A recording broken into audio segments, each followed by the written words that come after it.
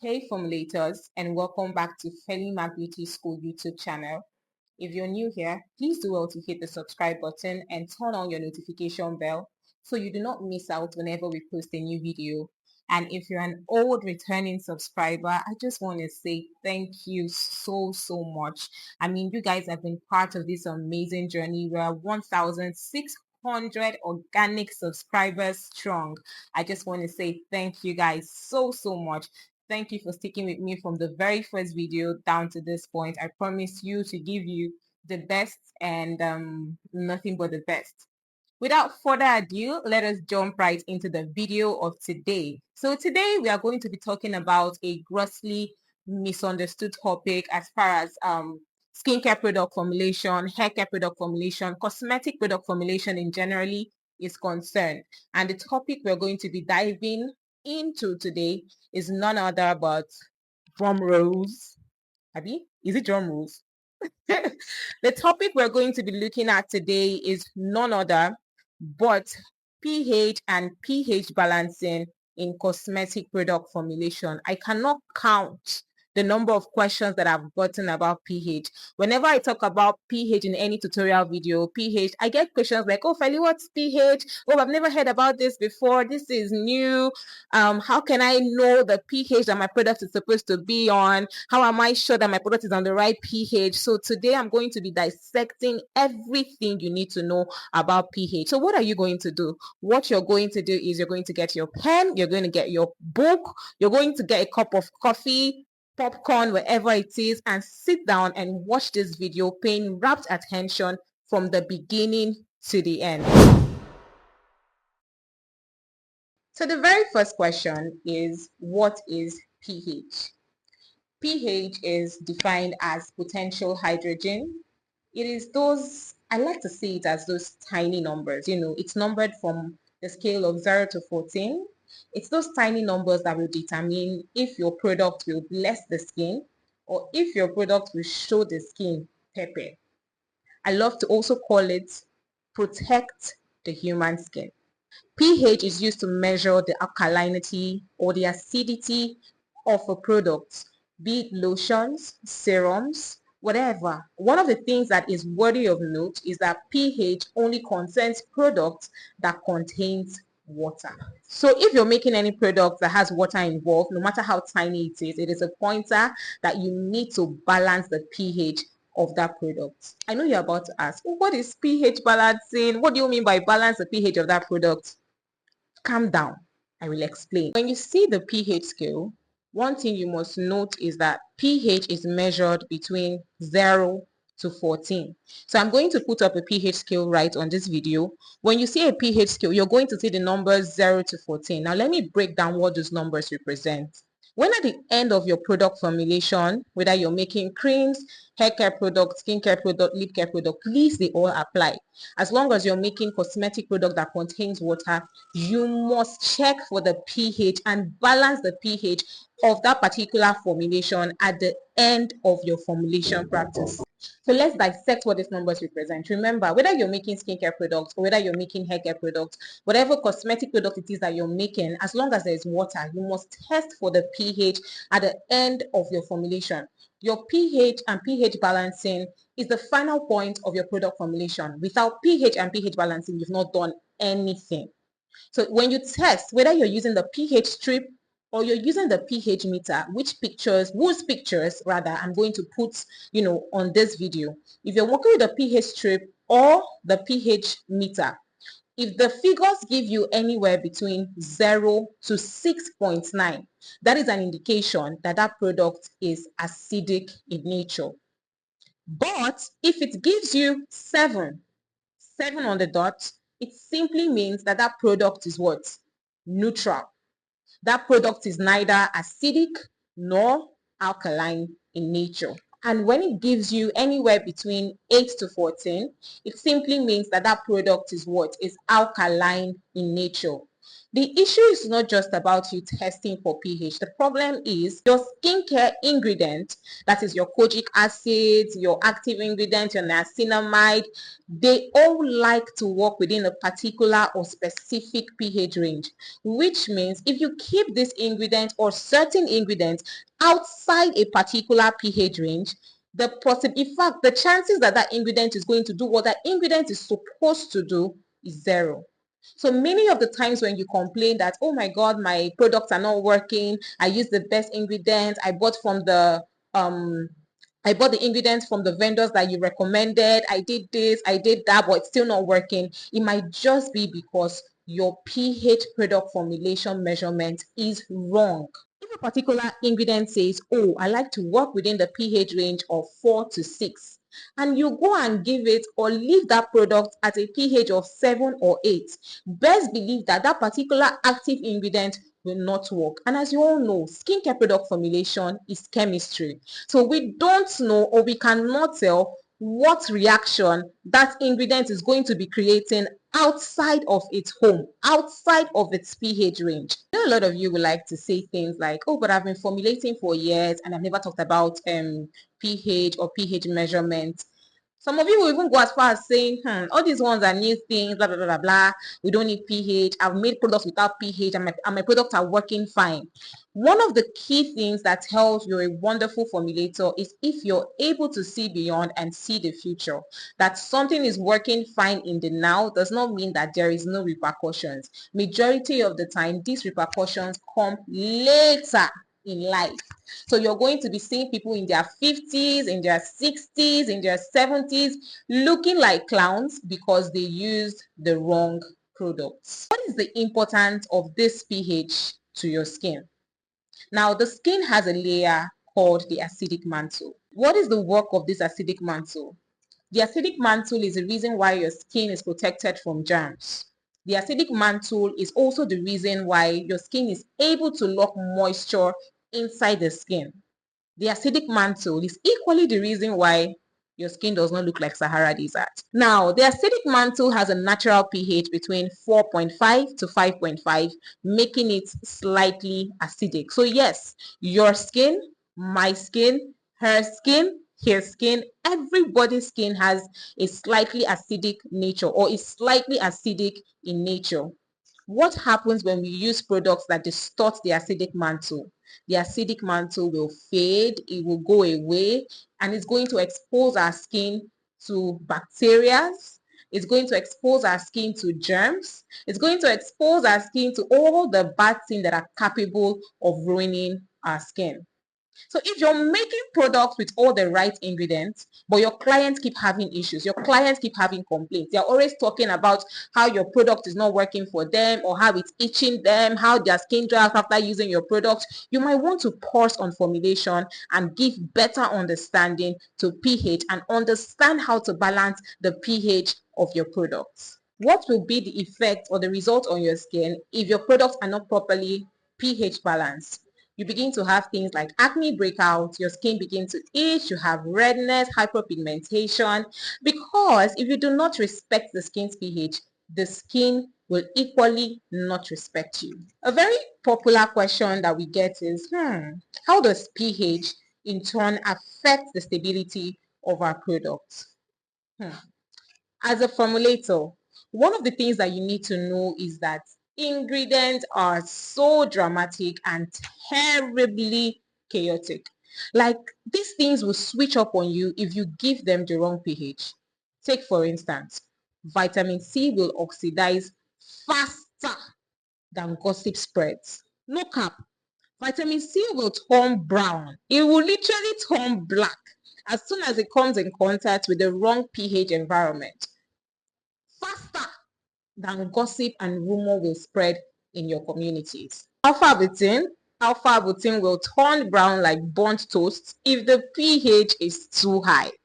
And urea will break down like a relationship with no communication if it's in the wrong pH environment. How about preservatives? Don't even get me started with that one. You will really want to look out for broad spectrum preservatives when you're choosing your preservatives.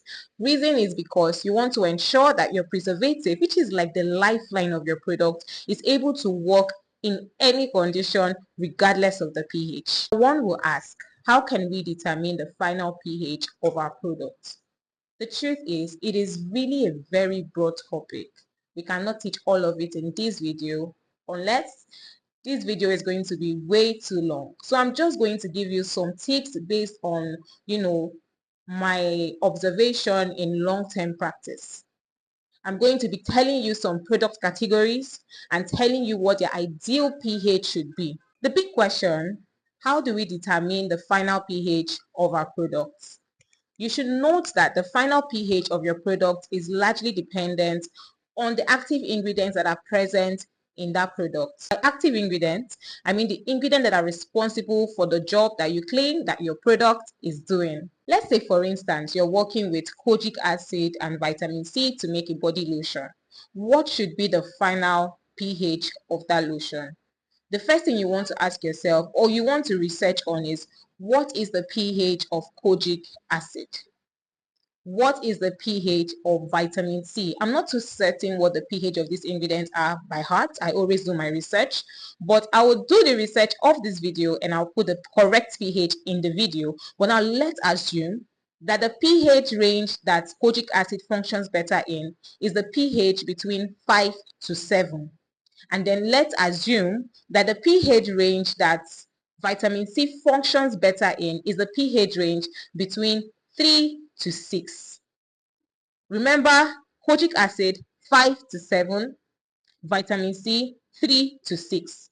What that means is, if your final product go and say, oh, because vitamin C is very okay or convenient to the pH range of 3, we are going to leave that product at a pH of 3, that product will not work. Remember, cosmetic product formulation is chemistry.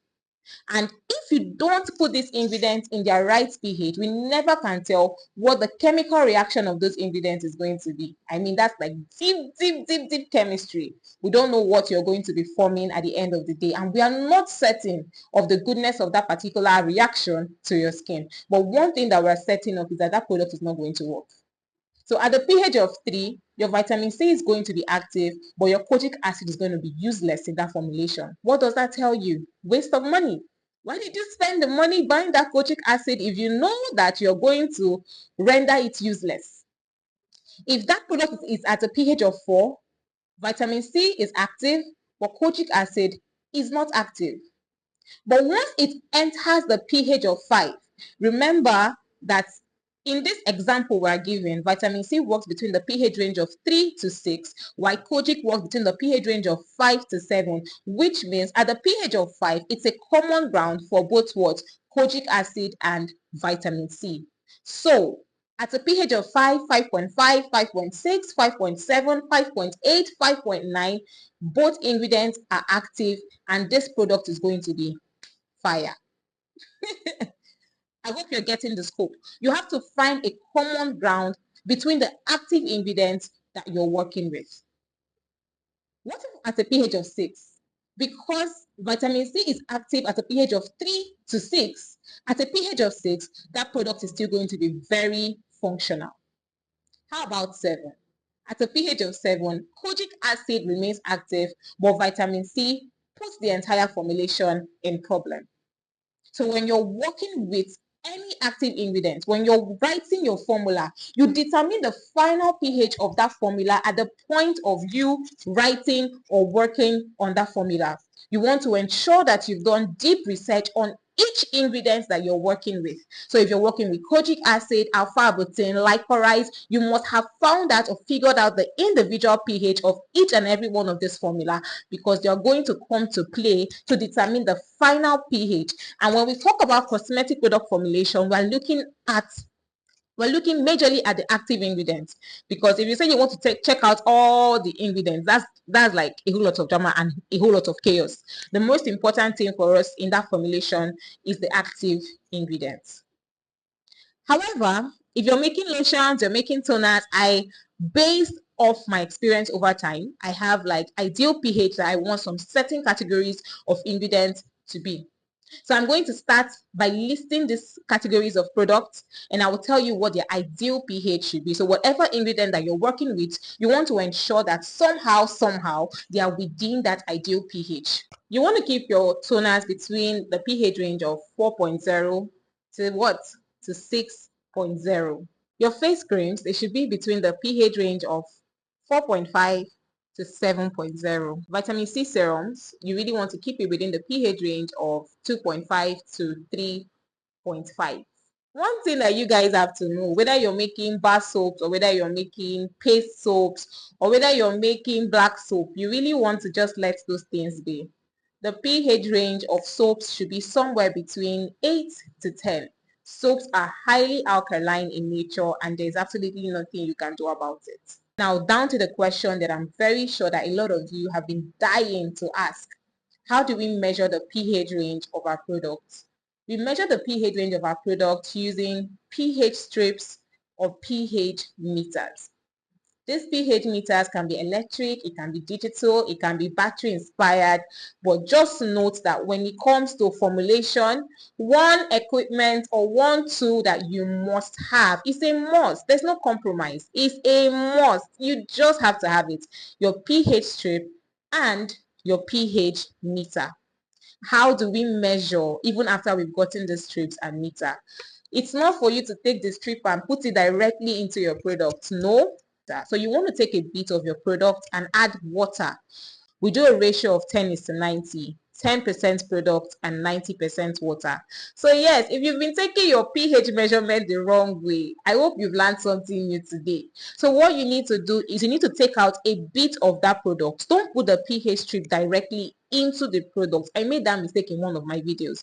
Please don't follow that. It's a very wrong thing to do. You take a bit of the product, you take 10%. What 10% simply means is if you're trying to make a 10-gram batch of your pH testing solution, you take 1 gram or 1 ml of the product and then you put 9 ml of water.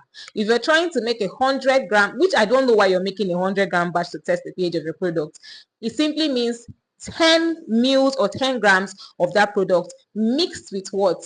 Mixed with 90 ml or 90 grams of water. I hope you understood. So it is that mixture, it is that solution that you're now going to insert your pH strip or your pH meter into. If you're using the pH meter, once you calibrate your meter and you insert that meter into that particular solution, the figures will just read. It's easier. pH meters are easier. So once you insert it, you will just see the figures there. So if it's 0.5, if it's 5.5, if it's 3.5, if it's 7.5, it's going to just show on the meter screen. But if you're working with a pH strip, it's going to change colors and you have to match up the color for you to be able to determine which of the numbers, each of the numbers 0 to 14 have particular colors. So you just have to test and then you match up the numbers to know which of them correspond. So if the colors on your strip after putting that strip inside the product matches with color 5, it simply means your pH is around color pH of 5. If it matches with color 7, it simply means your pH is around what?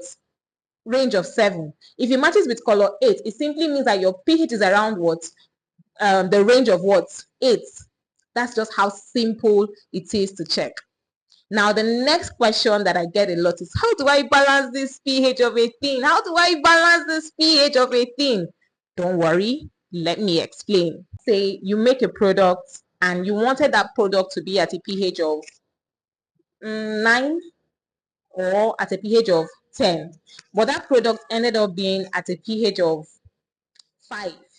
So to balance that product, you need to increase or raise the pH of that product. The question is, how do we raise or increase the pH of this particular product? Easy. You want to make what we call a lye solution. If you don't know how to make lye solution or you don't know what lye solution is, then that is a cue that you need to register for any of our classes.